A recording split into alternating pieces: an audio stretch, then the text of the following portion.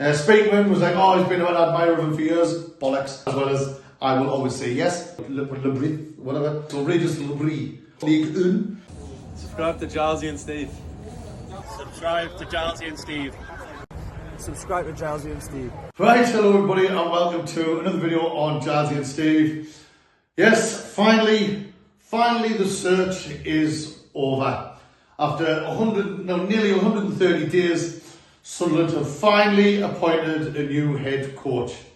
Now, if you're like me, gay, which most of you are, 99% of us have never heard of him. Loads of names out there that we wanted, loads of names out there that we were linked with. Loads of people apparently turned us down. But our new head coach is, I don't know how to pronounce it yet, Regis Le Bris, or he's French, so Regis Le Bris. We've paid a compensation for him, which is a surprising thing. We've signed him from, we've took him from Lorient in the French league, who we got relegated last season. But that's we'll come to that later on. Before we get started, as you can tell, I'm not really all that enthused about it. I know loads of other people aren't, but you will have me back in. But before we get started, just do a favour, hit that thumbs up please, and subscribe if you're new to the channel. Right then, so like I say, yesterday the club announced at 6:28 PM, 48-year-old Regis Le Bris is being appointed our new head coach, and he will arrive on Wayside on the 1st of July. He's 48-year-old, he is French, obviously. No shit, Sherlock! He spent all of his career in France, pretty much. He's 5'11", so again, he's much taller than Paul. And I'm not asked. He was a midfielder as a player, although he only made 93 senior appearances. So I don't know if that was down to injury or he just wasn't very good. But that's a little bit of stats, obviously. Like I said, before he got appointed, or before he was linked with us the other day, I'd never heard of him. And I know most of you hadn't either. But anyway, he's here now. He's had several coaching jobs since he stopped playing. But he's only had one managed. He's only been the head coach of one team, which was Lorient, and that was from 22 to now till 24, where he's now left to become our head coach. His win percentage is not great. His first season as head coach of Lorient, he finished 10th in League 1, which is a good thing, and he was praised for that. Played some good football, and then last season they got relegated on goal difference on the last day of the season. Now, apparently the fans are glad he's gone, or some are glad he's gone. I have heard that he fell out with the board, and the board basically sold all of his good players. I think they were running out of cash or something. They sold all the good players and they didn't replace them. So he had to struggle through, and like I say, the last game of the season, they won 5-0, but still went down in goal difference. So I don't know how bad the goal difference was. But anyway, yes, our new head coach got relegated with his team last season. Great compensation for him, which the Lorient fans are out of the moon with. I'm trying my best here, because like I say, I'm not very overwhelmed with this one. I'm really not. Don't worry, he'll have me full backing. They always do. But you know, when you've waited so long and you've been linked with so many big names, to then come down to this, it is a bit deflating for me. But like I say, he'll have me backing. The best news to come out of it is that he's bringing in his own staff. I'm so excited, and I just can't hide it. That was one thing me and Paul have both said we were really worried about, is that whoever they got in was going to have to work with Dodds and Proctor. Now, if they stay at the club, fine, but put them at their level, nowhere near the first team. So he is bringing in his own staff, which will be announced in the coming weeks, I'd imagine, or next week when he gets here. Now, like I say, we don't know much about him. I've seen video clip. Paul put a video clip on yesterday, or the day before when it was, and I've seen other little video clips of Lorient playing football, with the way he plays football. And yes, it looks really good, passing, manoeuvring, one-touch football, one-touch, two-touch, passing and moving, filling the gaps, and then scoring good goals. But I've watched my band play under 12s and under 11s football. I've seen them play good passing, triangular football and scoring good goals. I remember when we signed Josie Altidore, I watched a video compilation of his goals that made him look like freaking Ronaldo. And then he came to us and he was freaking shit. How dare you? So, yes, it's not who I wanted. I don't think it's who anyone wanted. from what I've seen, obviously everyone's saying they're going to get behind him, which we are. That's what we always do. We've got to give him a chance. But like I say, I believe that there was other options out there that we should have been busting a gut to try and get, who are established, knew the English League, knew the Championship, and knew what it was all about. But I mean, I don't even know if this Le Bris speaks English, Le Bris or Le Bris, whatever. I don't even know if he speaks English. I believe he speaks French, which will go well with half of our squad, and I believe he knows how sheesh. He's worked with them in the past, so maybe that might work in our favour, if that's if they got on.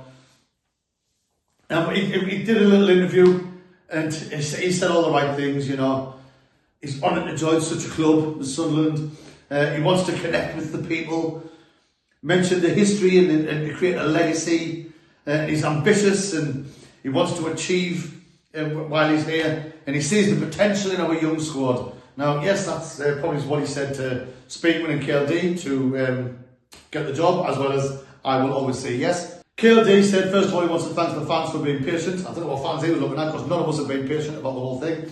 We think it's an absolute joke that it's took this long to appoint someone, and then, like I say, I hope he proves us wrong. I hope he do, but like I say, he'll have me back in. But like I say, it's very underwhelming to have this name come out of nowhere when we're being linked with other people. But KLD says, oh, we've been tracking him, bollocks. He's known him for a while, bollocks. And he wants to thank the fans for being patient, and he believes that this man is the right man to follow on the way the club's heading and all that. But if it's heading anywhere where it was last season, we want it changed. Speakman was like, oh, he's been an admirer of him for years, bollocks. We knew he was going to say this. I think Paul even said it the other day in a video that he was going to, we all knew what Speakman was going to say. Oh, we've been tracking him. He was up there in our choices. No, there was a list of people who've turned us down, and the people who've turned us down were clearly their number one targets. Number one, number two, number three, number four, number five targets. But they all said no. They all said no for some reason or another. We'll never know what that reason is unless one of their candidates come out and actually say it. But right, I think Heckingbottom said it was the disagreements with the backroom staff. Apparently, fans met Will Still over at the Euros, and when they asked him why he didn't come, they said apparently he simply said Christian Speakman. So read it that as you will. Like I say, I wasn't there with these, so I don't know how true they are, but this is all the stuff that I've read and we've all seen. But like I say, Regis Le Bris is our new head coach. He's arriving next Monday, probably to start pre-season, meet the players. One thing I've read, they say that he does play good football, he gets a good connection with the players, and like you see, he wants to get on with the fans. But I've heard that he hasn't got a good track record with transfers. Now, I don't know if that's just because the board sold him and he didn't bring any decent replacements in, or he wasn't allowed to. Time will tell, but from what we know from our Sunderland is that the head coach doesn't really have much say in any of the transfers that we sign or release. So I don't think that would be such an issue for him. He said, I mean, the end of his interview, he says, I'm reading from my notes here, so excuse me if I don't look at the camera. This is word for word, I wrote it down. I want to bring joy to our fans, not only through results, but also through our style of play. And I'm convinced that with commitment and hard work, we can write an exciting new chapter. It's all very well saying that. Now you've got to prove it to us. I hope he does. I hope he gets in the dugout. I hope he's in the training ground, and I hope he turns us around. He gets us playing back. Impressive, interesting, attacking, enjoyable football to watch, like what we were playing under Mowbray, our first season back in the Championship. And I hope he turns us around. I really do. I hope the board don't throw him under the bus and sell all of our star players. And if they do, they bring in proper replacements with the money, not just bring in more young'uns to try and so we've got to wait a few years before they're decent enough to play. This is all key things now. The board, I hope they don't think their job is over. They've spent far too long appointing a new head coach. Now their job is to bring in reinforcements to the squad and ensuring that we keep hold of our star players now, or if we can't keep hold of them, we get in good money for them, so then we can invest it in the squad, so then we can attack the next season and achieve a damn sight better than what we did last season. Football's business. I know we're going to lose players, but we also know we're going to bring in players. But like I say, if we're going to lose players, make sure we get what they're worth, and then we invest that money in the squad, not just bring in more kids.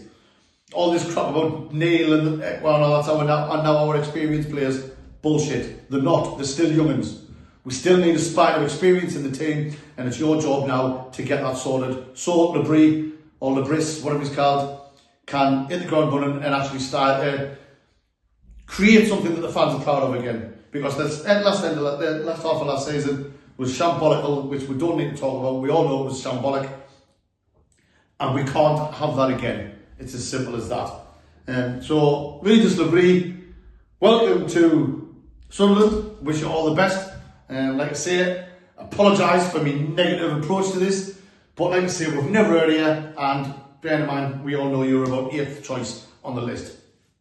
I hope you prove us wrong. I hope you smash it out of the park, and I hope you create much success with us. I really, really do. And I look forward to seeing your style, your method, and the way you approach your new role. And thank God you're bringing in your own backroom staff. That's all I can say.